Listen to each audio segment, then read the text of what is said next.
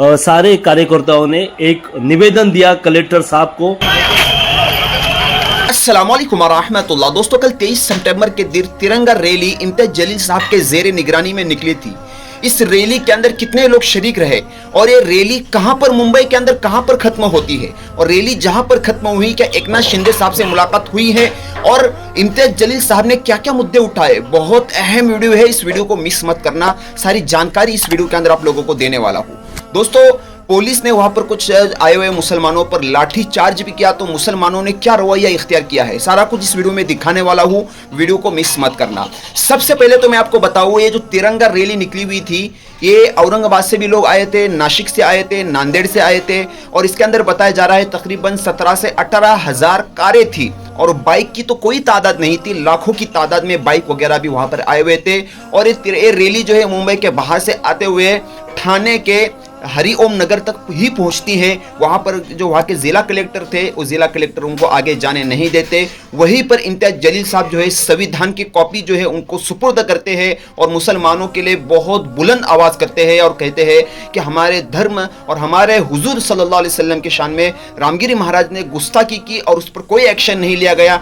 जल्द अज जल्द हम उस पर एक्शन की मांग करते हैं। जल्द अज जल्द वो सलाखों के पीछे होना चाहिए। और दूसरी बात वहां पर इम्तियाज जलील साहब ने यह उठाई कि मुफ्ती सलमान अजहरी साहब, वो हमारे धर्म गुरु है, उन्होंने सिर्फ एक शायरी कही थी, उस शायरी के बुनियाद पर उनको अभी तक 9 महीने हुआ जेल में डाला गया है।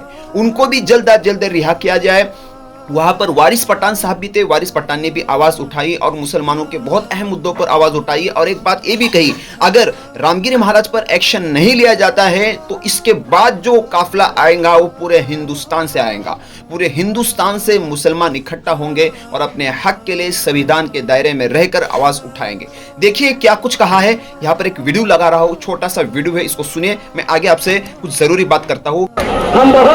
हमने बहुत जिम्मेदारी के साथ यहाँ तक आए हैं। मेरे भाई, हमारी उम्मत का मजाक मत उड़ाइएगा, हमारे सर किसी के सामने झुकने का मौका मत दीजिए। मेरे भाई, मैं आप लोगों से अपील करता हूँ कि आप लोग घर जाते वक्त हम कलेक्टर साहब और कमिश्नर साहब को। महा 83 डेली न्यूज में स्वागत। इम्तियाज जलील छत्रपति संभाजीनगर से चलो मुंबई तिरंगा रैली शुरू की है।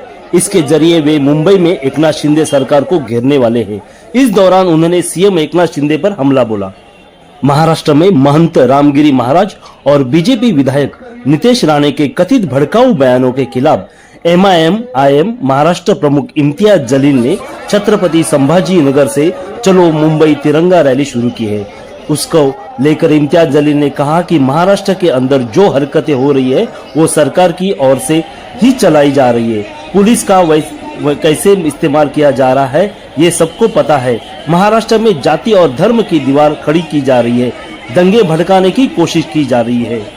इम्तियाज जलील की ये छत्रपति संभाजीनगर से चलो मुंबई तिरंगा रैली आज 23 सितंबर 2024 को रात को 9:15 में मुंबई की गेट के ऊपर, मतलब हरिओम नगर, जहां पे ठाणा का हरिओम नगर है, वहां पे मुंबई पुलिस ने इनको रोका है।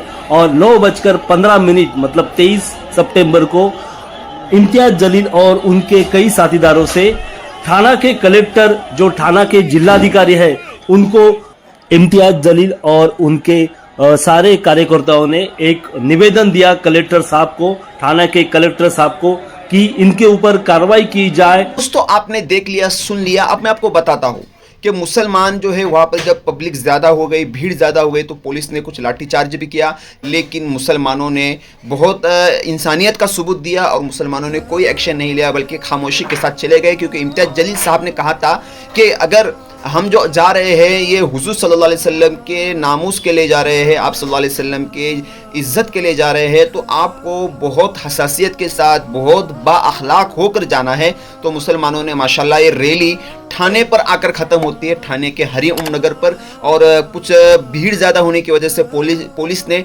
हल्का बहुत लाठीचार्ज भी किया, तो मुसलमानों ने कोई गलत रवैया इख्तियार नहीं किया। तो दोस्तों, ये रैली कल ख़त्म हो गई। हज़ारों लाखों की तादाद में लोग जमा हुए।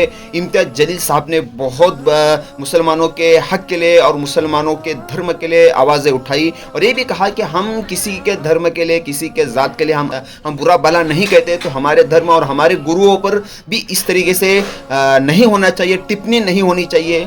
हम जो है हिंदुस्तान के अंदर संविधान को मानते हैं, कानून के दायरे में रहकर बातें करते हैं और सुप्रीम कोर्ट और अदालतों पर हमारा फैसला होता है। क्योंकि दोस्तों आपको बताऊं कि रामगिरी महाराज पर तकरीबन 57 से 58 जो है एफआईआर दर्ज हुई थी, लेकिन कोई एक्शन नहीं लिया गया था। लेकिन जिला कलेक्टर जो है थाने के, उन्होंने ये हिम्मत दिलाई है, उन्होंने ये बातें बताई है कि हम जो है आप जो है रामगिरी महाराज पर जो है एक्शन लेंगे और बाद में ऐसा कोई मसला ना हो। क्योंकि महाराष्ट्र में माशाल्लाह यहाँ पर हर धर्म के लोग रहते हैं और ख़ास तौर पर हमारे हिंदू भाई, मुसलमान भाई आपस में भाई भाई बनकर रहते हैं। अगर किसी के धर्म पर और किसी के ज़ात पर अगर ऐसा टिप्पणी होती है तो जाहिर सी बात है कि आपस के अंदर इख्तिलाफ होगा, इंतशार होगा, लड़ाई की शक्ल बनेगी। इसलिए इम्तियाज जलील साहब ने बहुत प्यारे अंदाज के अंदर ये रैली जो है थाने पर ख़त्म की और सरकार को बहुत बड़े आदेश दिए और जो कॉपी थी संविधान की वो कॉपी भी जो है उनके सुपुर्द की। पुलिस ने किस तरीके से लाठीचार्ज किया है वो वीडियो भी मैं यहाँ पर लगा रहा हूँ, आप लोग इसको देख लीजिए। बाकी और कोई भी खबर वहाँ से